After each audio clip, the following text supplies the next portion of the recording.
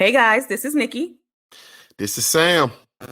Welcome back to So What? What's Next? I spent the bag on the bundle. Turn around and take a flip and make it double. Listen, baby, with me you ain't never gotta struggle. I'm in the game 650, catch a triple double. Watch it tumble, tumble, watch it tumble.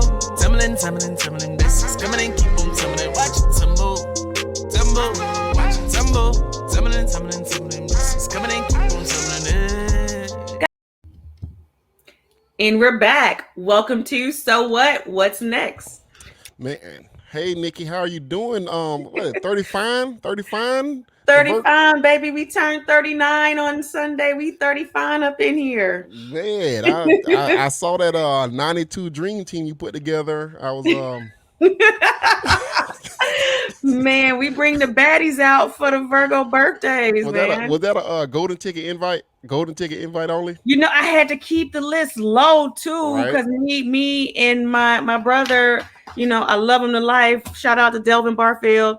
We're birthday twins, so we typically throw things together because we have the same set and group of friends. And you know, this year was no exception. We had to bring them out.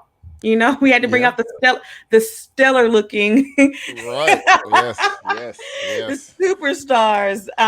But no, man, we had a good time. Feels good to bring in another year. Thankful to bring in another year, and you know, more life, more everything. Well, you know, I think we started a friendship. I think 2 years ago. Was it 2 years ago? I think it was two years ago. We going into 3 now. Going into 3. And I got to be honest with you, Nikki. You know, it's not a better person that deserves a big birthday bash like that. You give great advice. You know, I'm always able to call and ask certain questions, and you always kind of like help navigate. And I imagine you do that for everybody. So nobody deserves a great birthday bash and a tequila fest more than Nikki Roberts. Thank you, honey, because you know, I'll just say I'm so thankful that I have friends that don't mind watching after me.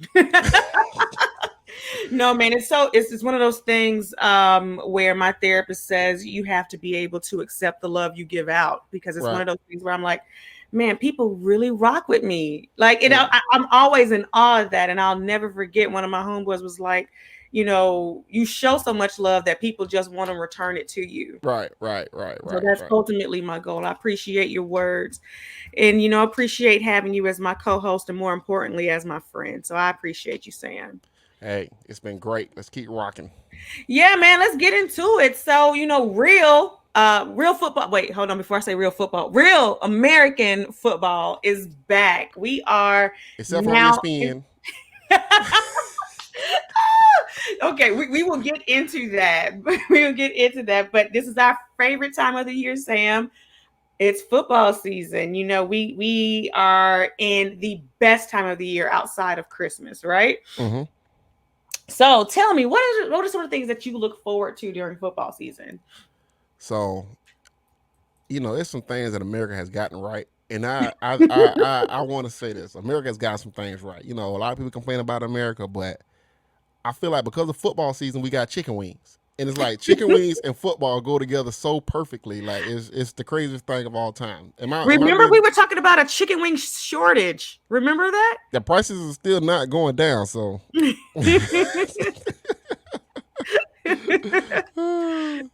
Price is still not going down, but it's fine though. I'm excited, man. I do thoroughly enjoy football season. It's been tough the last couple of years, man, because I know our college team is terrible, and my NFL team has stayed terrible forever.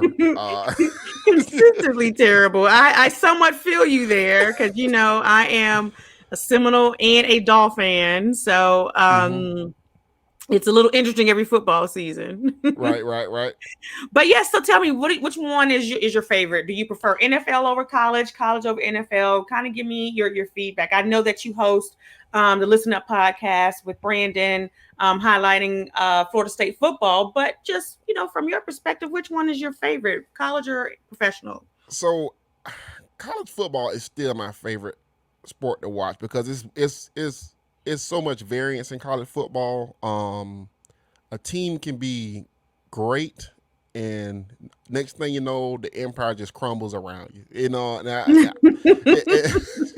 and there's so many things that go into having a great college football team: boosters, administration, location, head coach, assistant coaches. It's just so many storylines. I love college football, for that particular reason. NFL, I like NFL, and I do watch NFL, but I don't. I'm a fanatic when it comes to college football. I can watch every college football game if possible. I really could. When I found myself staying up to watch some Pac-12 games, which is already crazy in itself, I was kind of like, hey, maybe I have a little bit of an issue here. Right. But yeah, I'm kind of with you. I love college football. The energy of college football. I think the young guys looking to make an impact because they're so hungry to make it to the next level. I truly love, college football. I love going to the different college stadiums. I love the atmosphere. When I was a student, I sat with the students. Now that I'm an adult and I sit in the nice seats, shout out to Champions Club at Doak Campbell Stadium. That's another thing you put me on. Shout out to you on that also. Yeah, come on. We live this life of luxury. This not this ain't no dress rehearsal. We got to live this life. Get a Roberts on your team, people. We sit in suites with the AC. Let's do it. Yeah. But I say all that to say, watching college football from this vantage point, from this angle, makes it even better for me, even though Florida State's in a massive slump right now. But let's kind of jump into that, right? So there was some news in college football that we didn't get a chance to cover around the realignment and the alliances, if you will. It's almost like Survivor now, right? Yeah.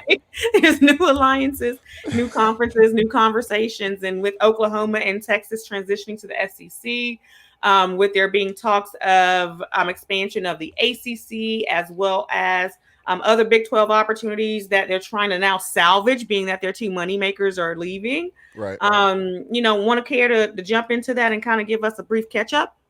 Man, it's tough. So basically,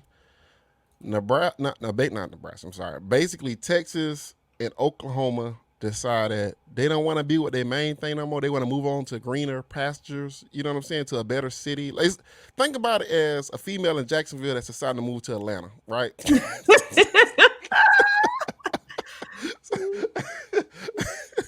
But yeah, so Texas and Oklahoma moving on, which is basically going to destroy the Big 12. But something about college football alignment. I was telling somebody else this. I remember my stepdad got mad when Florida State went to the ACC.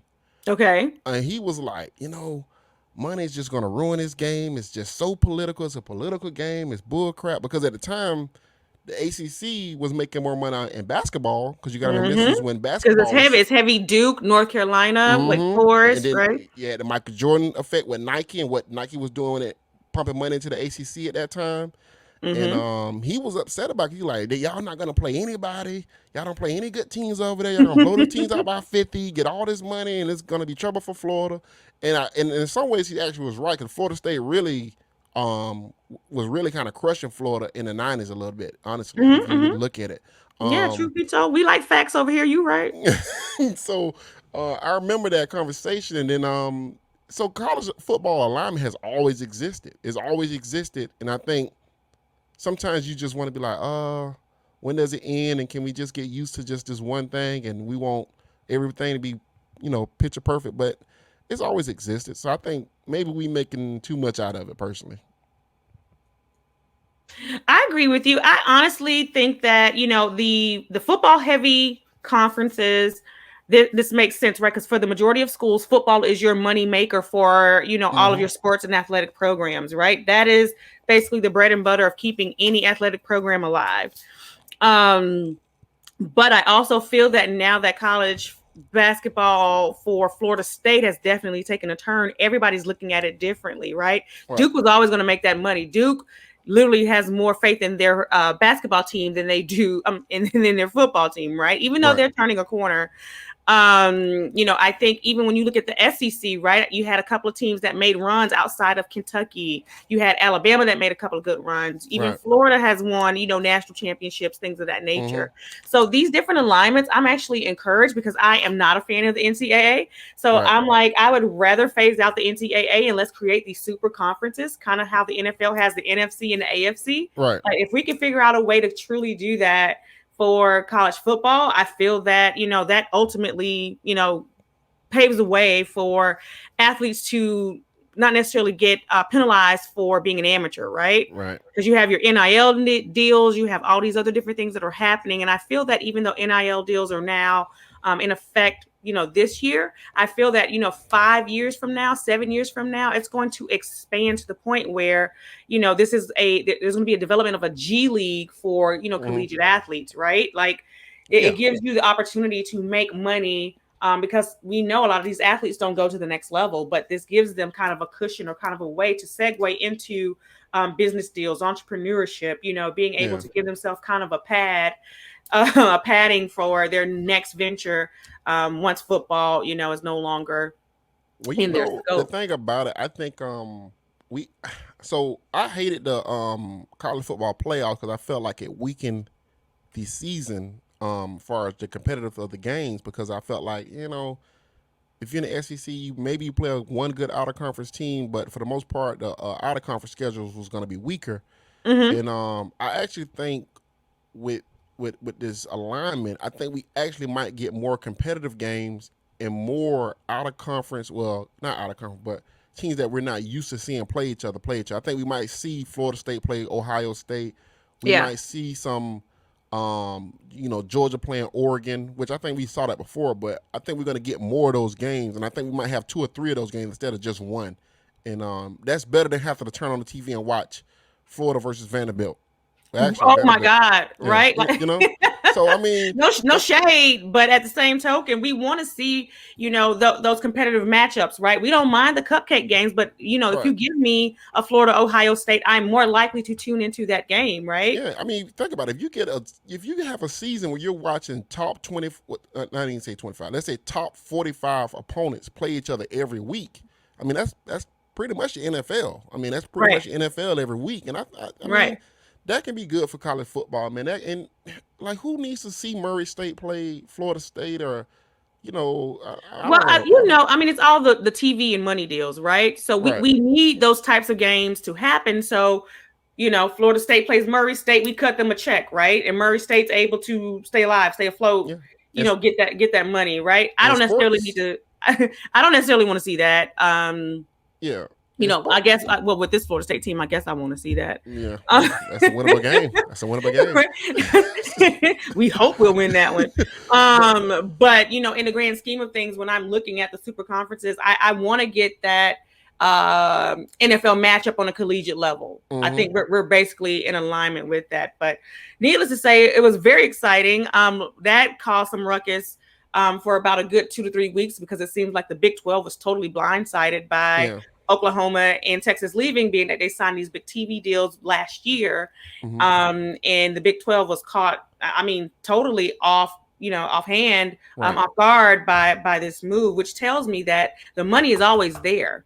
Yeah. The money, when you want to make that move, when you want to do something, they will find a way. Well, I think Oklahoma, personally, I think this was bigger push on Oklahoma's end because I think Oklahoma see themselves as like, yo, we're on the edge of being top 2, top 3 program. Oklahoma's the Alabama of the Big 12, right? Right. And they looking at like, we got a chance, but we can't do it in this conference because, they're not Texas. They don't have the money Texas have. Granted. What Oklahoma does with Lincoln Riley, they do now. No, they have money. I'm saying, but we talking about just like straight up viability. Can we be Alabama over here?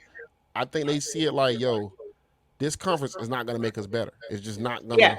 It's not going to make us better. So, how do I get a footprint in those southern schools like the Alabamas, the Floridas, the Georgia? They're already recruiting pretty hard in Lakeland, Florida. from what I've seen. Right, because they want to improve their defenses, right? We know Oklahoma. We know that running gun offense with Oklahoma is always going to score. They're always going to get a quarterback. They're always going to have speedy receivers, right? I think ultimately with the play into the SEC, they get SEC caliber athletes on top of what they're already getting on a D line, right? And now we improve our defense as well, right? I think the long pole in the tent here is that they get a better caliber of athletes to recruit outside of what they're already doing in Oklahoma, in Texas, and across the country, right? They got Caleb Williams from DC, right? Got him in the fold right after Spencer Rattler. They just got what's that kid's name? Kid from Texas committed to them, 4-star linebacker. I can't remember his name. I'm surprised you can't remember. You're a big Oklahoma aficionado. Hey, I'm Boomer Sooner. Right after I'm Go Noles, I'm Boomer Sooner. Because Oklahoma's been my side chick for a minute. Right. I had to pull tweets and show folks where I'm always been Florida State, but Boomer Sooner has always been there. Contrary to belief. But long story short, when Lincoln Riley got there and you go and see how they recruit, like their latest recruiting class was like Link Up 22, right? And they all recruited each other based off this marketing method. Right. And they all literally brought each other in order to say, hey, this is what we want to do. And here are the athletes we want to go after. And they're giving Lincoln Riley, Dallas Cowboy head coach money, right? Like he's not getting it from the salary per se, but they're finding ways to get him the money, which is why he's necessarily not leaving. I say all of that to say that I'm just truly excited about the opportunity that Oklahoma has to grow and to expand. I feel like Sark is there in Texas. He comes with the SEC experience as well. Also being in the Pac-12 as well. When he was at USC, he has, that knowledge of how to build programs.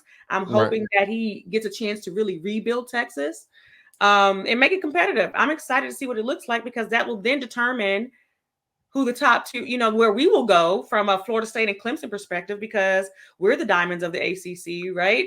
I feel that eventually it'll get to a point where we're going to transition out of the ACC or the ACC expands and we get more teams that come over here to us to compete with a Florida State and the Clemson. This crap. So I really want to have you on a Listen Up podcast and ask you this question, but I'm going to ask you on this pod. It's fine. Do FSU have an axe in there? Axe Cap, Axe our guy. Do we have a shark like? Do we have a Bobby Axelrod? Yeah, do we have a Bobby Axelrod that could get some shit done right now? That's what I want to know. Do we have a guy that could go in there, get something done? It may not be pretty because I feel like Oklahoma had a guy that could get stuff done. So remember, we had Chainsaw Al. We had Al and Judy Dunlap, right? We did have them, yeah. Al Dunlap passed away, but he left Florida State at his will, so we still get that check. Shout out to the Dunlap family. I got a couple of ideas of who our Bobby Axelrod is for all intents and purposes. I'm not going to share that here. Yeah, we don't name names. We don't name names. I just want to know do we have a guy? That's all I want to know. So we have guys. Okay. Okay. We do. I just think there's going to take a little bit more grooming. I think we will see some improvements from that front. Let's call it 2 years. Okay. Let's call it 2 years. All right. Right now, there's a lot of things wheeling and dealing in the background, right? I think a lot of people say, oh, Florida State's broke. We see these little financial reports and things like that. And I can gladly say without a doubt, Florida State is not broke. And I'll leave it at that. We find the money. Yeah, much like the U.S. government, we find the money when we want to do things. We make moves when we want to. But needless to say, we got Florida State playing Notre Dame on Sunday. We got Clemson and UGA on Saturday. We got a couple of other monster games that are happening this weekend. What matchup are you looking forward to the most? Oh, come on, Nikki. Outside of Florida State, Notre Dame, it's Clemson. It's Clemson, Georgia, right? Because I'm picking Georgia to win the national championship this year. Yeah, I heard you on the Listen Up pod today talking about you got Georgia to win the Natty, and I thought you might have got an early swig of that moonshine. Everybody feel like I'm drunk on this. But I look at Kirby, and what has Kirby done that's giving you the confidence that they're going to win it this year? Go ahead, run it down. Okay, so I feel like Kirby's on the Jimbo track, right? Where people just kept questioning Jimbo. Even though Jimbo's putting together pretty good seasons, people were like, well, can he really win a national championship? And I feel like Kirby's on that same track. So I think he's in year 5 now, right? And I think right? Jimbo won in year 5 also. I think it was year 5 Jimbo won also. So, and I also think because he hired Will Muschamp and Muschamp is now on staff, I think Will Muschamp will make him leave the defense alone a little bit because he got an aggressive personality also. And I think it will allow Kirby to fully form as a head coach and coach the whole football team. And I think that quarterback JT Daniels fits what Kirby wants, more than probably any other quarterback he's had, and he does a lot better than a lot of other quarterbacks. So that's interesting because JT Daniels now has a full year, right? He's rehabbed the injury. He has a good year in the offense, studying, being able to grasp the concepts, things of that nature. So I am interested to see how that's going to shake out. I don't think they beat Clemson the first game though, but I do. They do not. I don't think they beat Clemson the first game, and because it's not a conference game, I don't think it hurts them, right? Because you get that L out of the way early, and then you have the rest of the season to pull it together. So I see where you're coming from. I don't agree, but I respect your diversity of opinion and thought there. You know what it is though, Nikki? We have bagged on Georgia for the past, I don't know, 25 years. Georgia's. Yeah, Georgia's. Yeah, that's true. Right? So that's why we do it. It's not like it's not based on historical facts or that we're just putting this out of our ass. Like Georgia's, right? They find a way to mess it up for themselves every year. So tell me this, if Georgia's going to win the Natty, who's your sleeper team this year? Oh, well, will Oklahoma even be a sleeper? No. You can call it a sleeper, but I personally, Boomer Sooner, I don't think it's going to be their sleeper. So I had a weird Final Four this year. I got Clemson, Georgia, Oklahoma, and Oregon. Okay, I had Clemson, Oklahoma, and Oregon. So Oregon is my sleeper this year. I really believe that Mario really has put together a great, how many, like 2 or 3 great recruiting classes. Has the great coaches there. Kayvon Thibodeau is going to have a huge breakout year because we're assuming this is his final year, right? Before he goes pro. Yeah, this will be the last year. Yeah. So ultimately, Oregon's my sleeper. I know that every year a Pac-12 team lets me down. Every year a Pac-12 team gets in the Final Four and lets us down, but I don't know, man. I feel like Oregon truly has come into their own. I feel that Mario Cristobal has what he needs from his head coach and admin to really knock this out of the park. Like there's really no one stopping, Oregon this year except for Oregon, right? I think USC and Utah is always tough.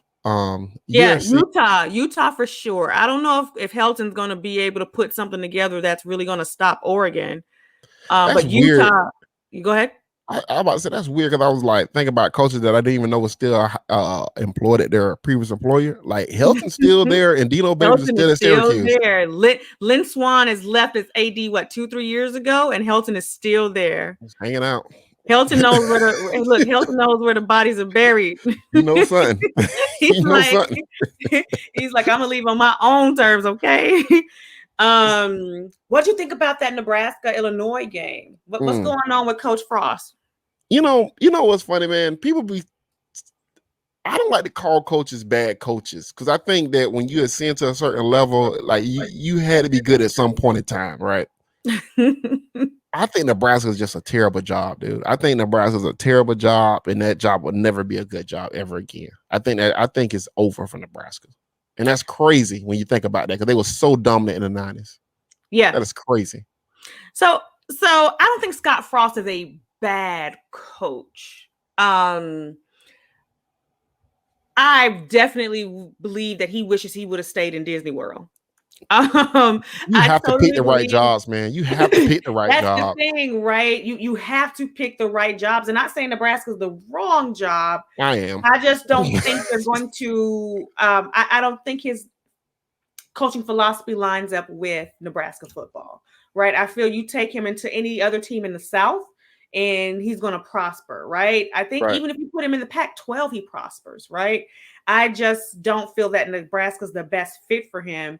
And they're about to get in trouble, right? Because they were practicing outside of the NCAA rules and they were going against the guidelines during COVID protocols and all these other doing things. Everything he needs to do. He is doing that. It's just they don't have the horses, man. They don't have the horses. And it's, man. Well, remember the excuse was he didn't have his quarterback got hurt. Then he got his quarterback back and it's still trash, right? Yeah. So, you're running out of excuses for Scott Frost. They need and it's crazy because we said, okay, they get an innovative guy in there, get somebody innovative. Well, Scott Frost was innovative. Yes. So what else can you do? I mean, what else can you possibly do? I mean, there's nothing else to do. I just think they need to just live in the ideal of 7 wins, 8 wins. If 8 wins is a good season, they need to be Kentucky. Just say we're Kentucky now. We're Kentucky. Yeah, they're definitely that Kentucky type vibe, right? They're that Kentucky UNC type of thing, right? Yeah.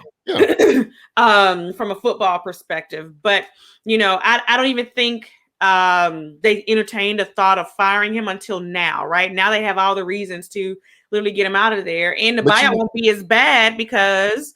I'm sure the buyout won't be because he's in his third year of the contract. No, Scott is in his. Did he sign a 5? He's in his 4th year, right? He signed a 5-year deal with Nebraska, right? Yeah, because you got to think about it. That was the same year Dan Mullen took the job at Florida. Willie took the job at Florida State. That's and right. Scott took the job at Nebraska. That was the same time. He's going into his 4th season. That's right. Yeah. I mean, at some point, though, I think you just have to realize. I mean, the commitment of Nebraska doesn't match the results that they want. I mean, because they are fully, in my opinion, they fully committed.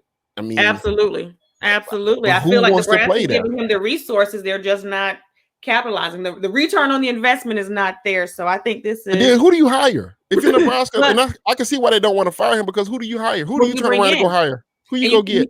We're 1 game in. There's no way you fire him now. You got to let him finish the season. You got to let him finish the season and who's going to be available. My favorite coach is Bill Napier. So he's down in Louisiana, the Raging Cajuns. But you know what Billy's waiting on, though?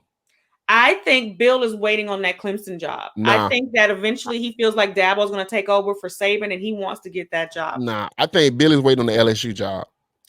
Yeah, that's the perfect spot. I mean, he's already in Louisiana now, recruiting Louisiana. I think that's why he took that job. He took the Louisiana job. He can see Ed O's teetering over there. And I mean, he stayed an extra year because remember, he had some nice offers last year. He had some options. He stayed an extra year. And I think if I'm him, that's the right job, right? You sit there, you build those relationships in Louisiana. You're already doing it. You build those relationships. Ed O is not long for the SEC. He's going to get fired eventually. It may take a year, it may take 2 years.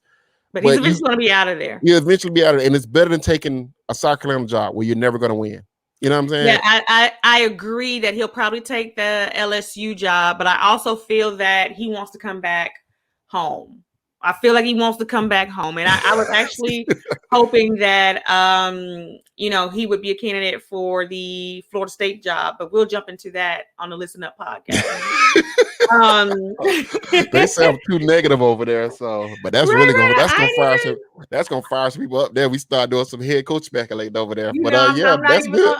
I'm not going to bring that energy today. I'm going to be positive. This is week 0, week 1. We into this now. So let me ask you then. So we got what about Saban? Saban's still the king to go. I mean, I'm kind of discounting him this year. I'm thinking maybe they take a little bit of a step back for Saban is losing like 1 game, 2 games. Yeah, maybe. they're definitely going to lose 1 game. I don't know. They're probably going to lose somebody they shouldn't lose to, and they're going to curb stomp everybody else. Right? I think Jimbo's going to beat him this year. I think Jimbo's going to find a way to. So I believe that Jimbo's going to have at least 2 L's this year, but Jimbo should start this season maybe 5-1.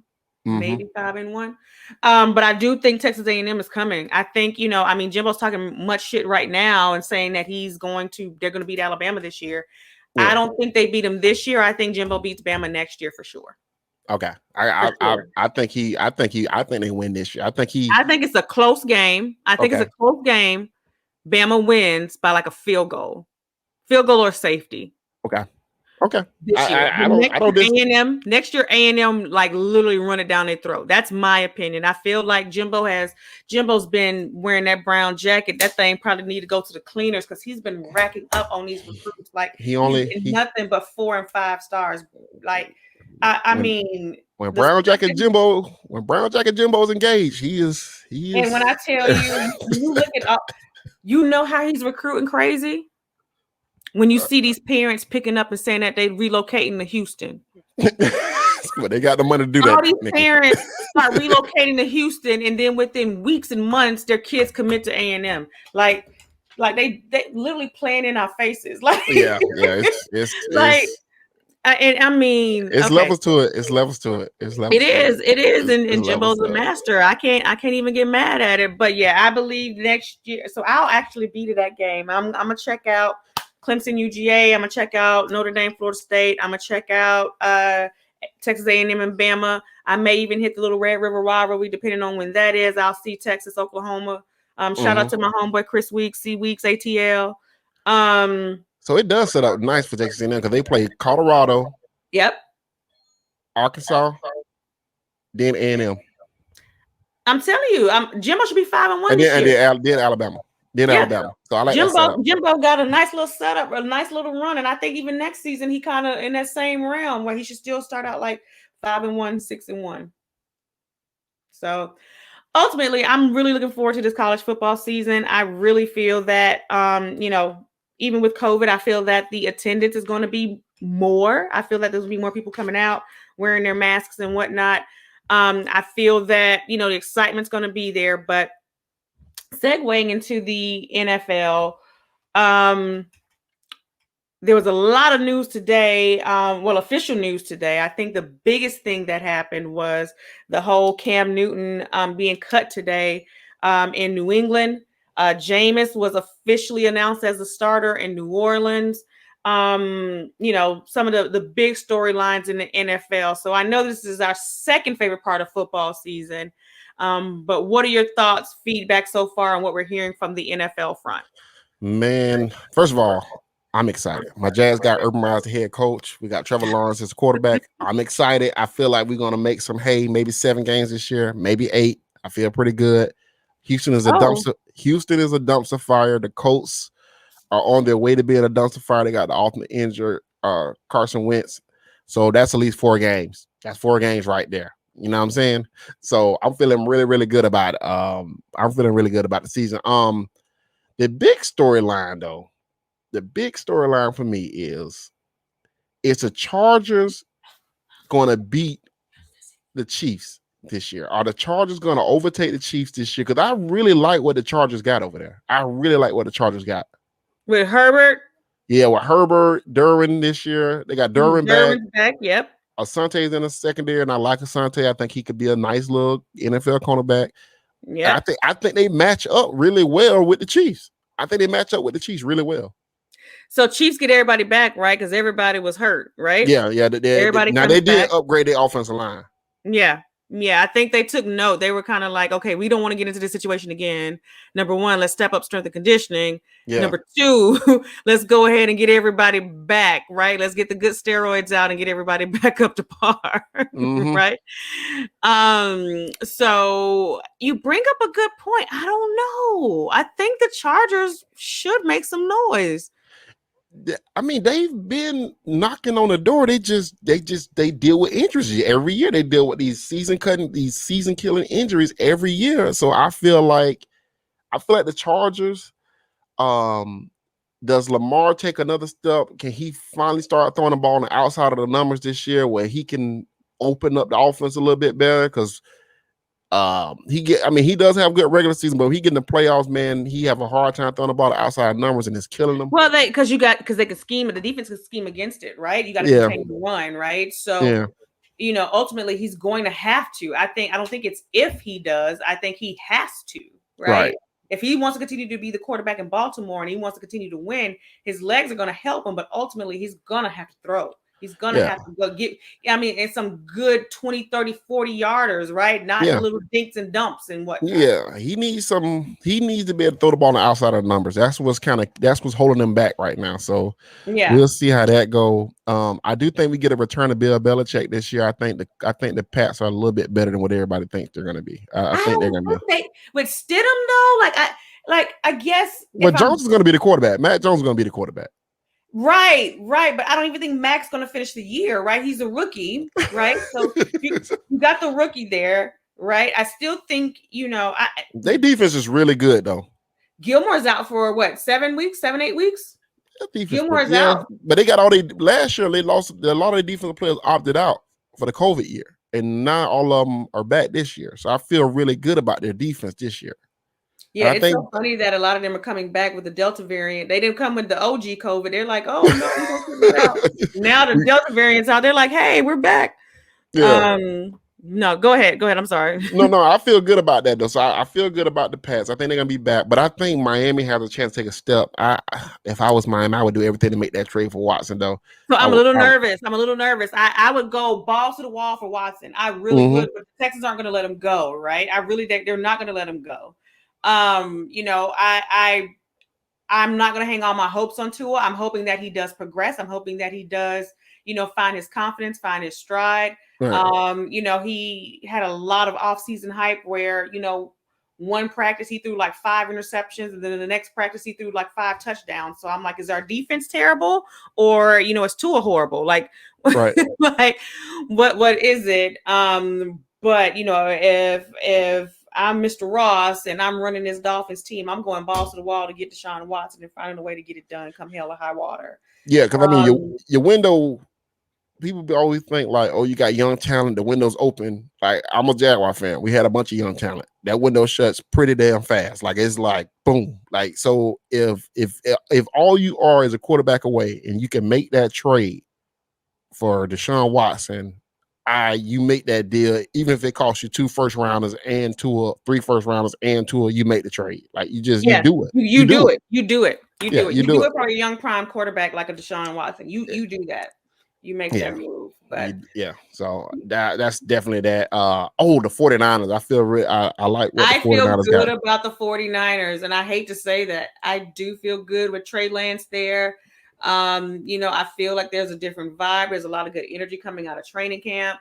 And it's not false energy. Like, it feels different. Like, everybody. Shanny is that guy now. Shanahan is that guy. That's my guy. I think Kyle can bring it out. I think he's an offensive guru. I just think he just gets shut down when it comes to the Super Bowl. Well, what my thing is, I think he takes very limited offensive teams and he makes them really good. And what happens is when he gets to that very game, that Super Bowl, he nut up. I think that's when, okay, I don't have enough talent to get it done. Now, other than the Atlanta game, he may get a little bit of imposter syndrome. He may. Well, he got all the confidence in the world during the season, and then playoffs, he's walking around with his dick out. Then, as soon as the Super Bowl gets here, he nuts up. Like, it never fails. Like, I don't know, man. The Atlanta game when he did it to the Pats, he was the coordinator, and then sometimes the head coach should have got on the damn radio and be like, "Yo, we just running the football right here." But I think he's been limited in San Francisco with offensive personnel. I just think he's made that personnel play at a high level. And I think now he has a quarterback that I think it might take about game 5 before the kid really starts playing. Yeah, got to take his lumps. Yeah, so I think by game 5, that kid's kind of steps into the starting lineup. And I think that's because Jimmy Garoppolo's going to get hurt. He always gets hurt. So when he gets hurt, Trey takes over. And I think that offense takes a huge step. And I think San Francisco is going to play the Chargers in the Super Bowl. Now, that's just the craziest shit of all time. Yeah, you really I'm out there. On that one. I'm out there. But only the team that scares me that I think actually beat San Fran and that's competing with them is St. Louis. I think St. Louis got the best defense in the NFL. And what they did going to go get Stafford, I think that gives them a bit of an edge because McVay can dial that shit up too. He can dial it up. I mean, with the best of them.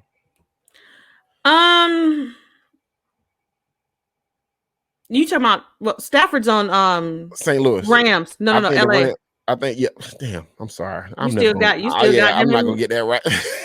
You went old school on me because when you said St. Louis, I was like, hold on, wait, friend. I'm sorry about that. Yeah, LA Rams. I think the Rams got the best defense in it. Will have the best defense in NFL.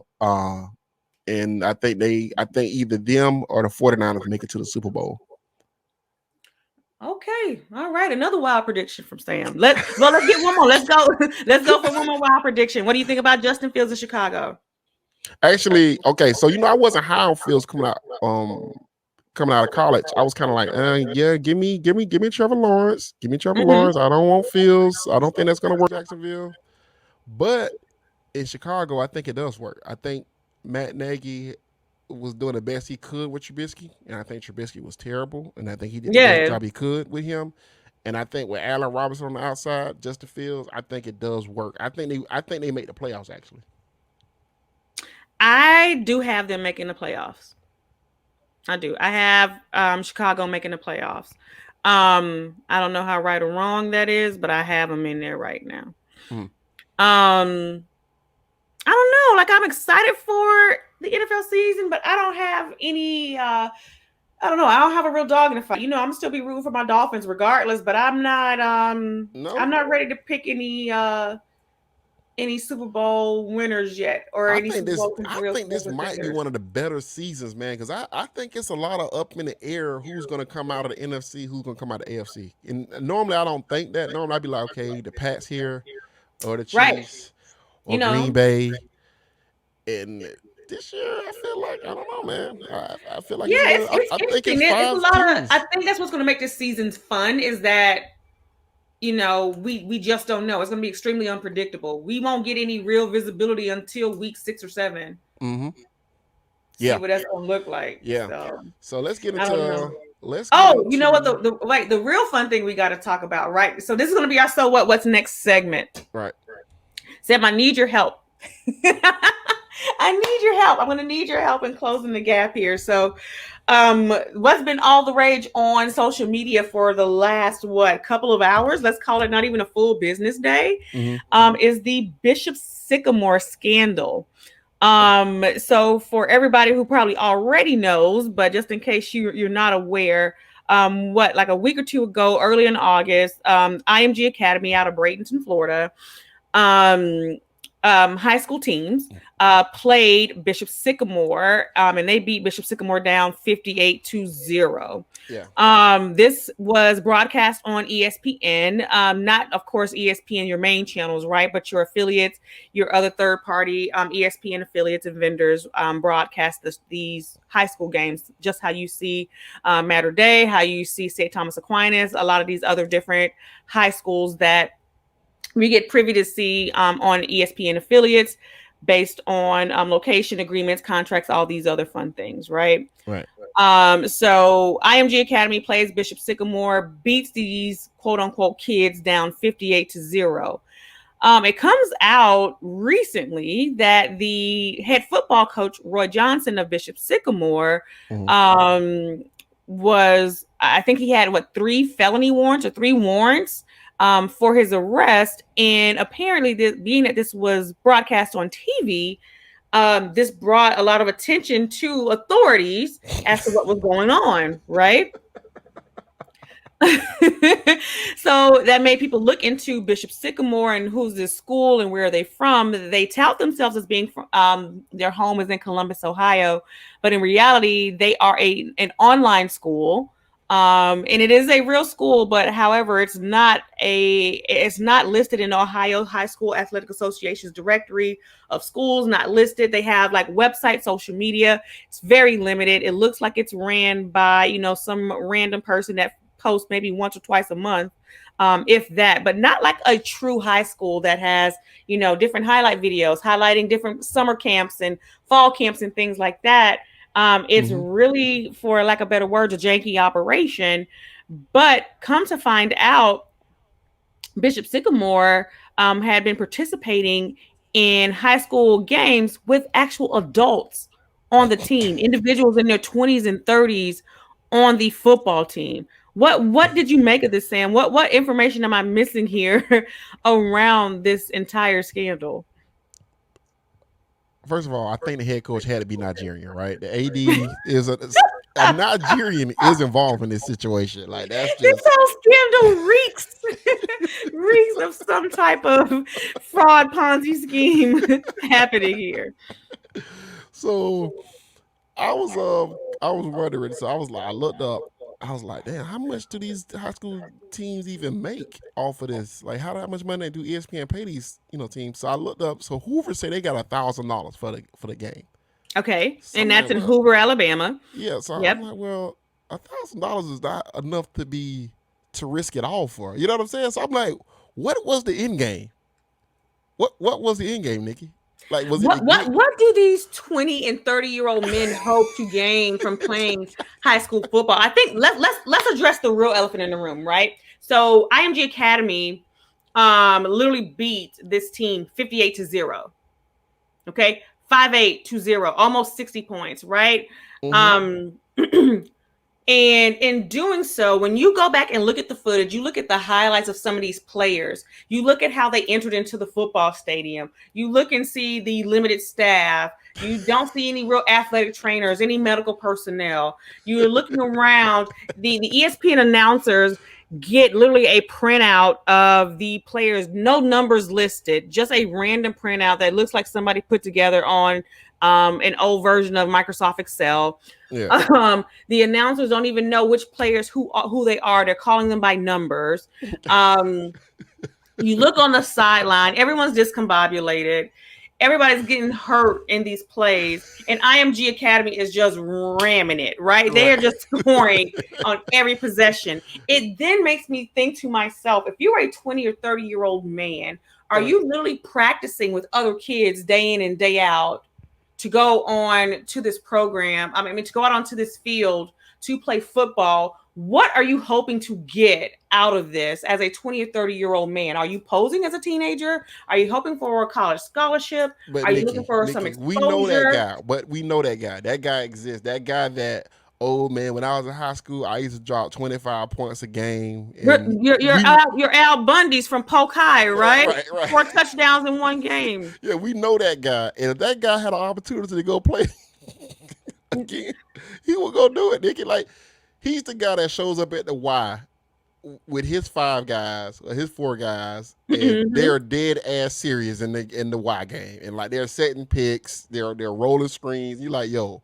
we just here to work out. This is a pickup game. Yeah, they literally going, they rolling out sets and plays and whatnot. Matter of fact, they on Wednesdays they meet up to go practice at the park. They tell their wives and shit, hey, I gotta go to the park, I gotta go practice with the fellas. You know what I'm saying? Like, it's probably real going serious. and watching film and whatnot. Got somebody recording on their cell phone. That's who those guys was, man. That's who those guys was. If you give a guy like that an opportunity to say, hey, you gonna be on ESPN. And that's another thing. Let's talk about ESPN, right? So what a shit show ESPN is. In the group chat, I basically said, I don't believe this is a true, national type of, not a true EP from ESPN. It's an affiliate, a third-party vendor of ESPN, right? I personally believe that this was done by an intern. Someone did not vet this properly. And I feel like this is one of those things where they give the intern to kind of say, hey, get your feet wet, start with the high school programs, run this type of segment, whatever the case may be, right? Because in my mind, a multinational, multifaceted network like ESPN, owned by the Disney company, you get what I'm saying? Yeah. It's too high up for things like this to happen. In my mind of mine, in my heart of hearts, ESPN literally has tracking information for every high school program. You can go and see all the high school rosters. You can see all their schedules. You can see how this is going to play out. I'm trying to understand how Bishop Sycamore was able to dupe ESPN into getting onto TV. And again, in my mind, this was done by someone green. This had to be by someone that is an intern or someone that's, looking to make some type of impact, or, they're not taking it quote unquote serious enough, right? With this third party vendor in order to truly vet how this happened or how this came about. But now it makes me think that new policies, procedures, new things, new vetting, new things are going to be taking place now in order to prevent this from happening again. Right. I mean, I think IMG got duped. I think ESPN trusted IMG. If IMG scheduled this team, then this must be a viable team. I think IMG just are like looking for opponents, and I think a lot of schools don't want to play IMG, right? I mean, because it's nobody want to get their head beat in, yeah, not on TV, and especially not on TV. Yeah, not on national television. So I think that's ultimately what happened. That's what I think happened. You know what I'm saying? But ESPN is just a shit show, dude. I mean, how many scandals are we gonna get out of it? Like every month, it's a new scandal out of ESPN. It's a new scandal, because we didn't even touch on Rachel Nichols being exited out and the jump being canceled. We got Rachel Nichols. We got Rachel Nichols calling them racist. Yeah. I mean, every month ESPN gives us a new trending topic, which I don't know if this is part of their marketing or networking strategy, and I don't know how much it's working or not. But they're giving us content to discuss all the time. And then they had the Manti Te'o situation. Remember Te'o? I remember Manti Te'o. I remember that. I remember that. It's like they don't vet anything. They don't vet anything. They just because it's not about being right. It's not about quality. It's about being first. How can I get more views, more likes, more clicks, more engagement, even from a network perspective? As more and more people cut the cord, as more and more people move away from different move to more streaming platforms and things of that nature, they have to continue to strive to get some type of content. And apparently it seems like the quality control is taking a huge dive at ESPN. There's something going on over there where the ship is not being did you see the correctly stirred? Yeah. I'm sorry anyway, but did you see the part where the dude got ready to sub out to go in the game and the other dude gave him his helmet? I mean, and then they fired the football coach, and I was kind of like, well, a lot of the opponents are backing out anyway. So the rest of the opponents that are on the quote unquote schedule for the school, and they're not even on there anymore, right? Because they're backing out, so there's no one else to play. And plus, you don't even have legitimate athletes on your team. You don't have legitimate students on your team where you can even play these other high schoolers. You've been found out. This is extremely embarrassing for the school itself, for ESPN, and I mean everyone involved at this point. But right. I mean, by God, the jokes on Twitter just got me crying though. Like, yeah, it's great content. Like they're literally naming like known scammers as different roles within Bishop Sycamore. Like, it's absolutely hilarious. But I'll tell you, please go on Twitter, go on Instagram, search Bishop Sycamore, and have yourself a good laugh. One more thing before we're out of here.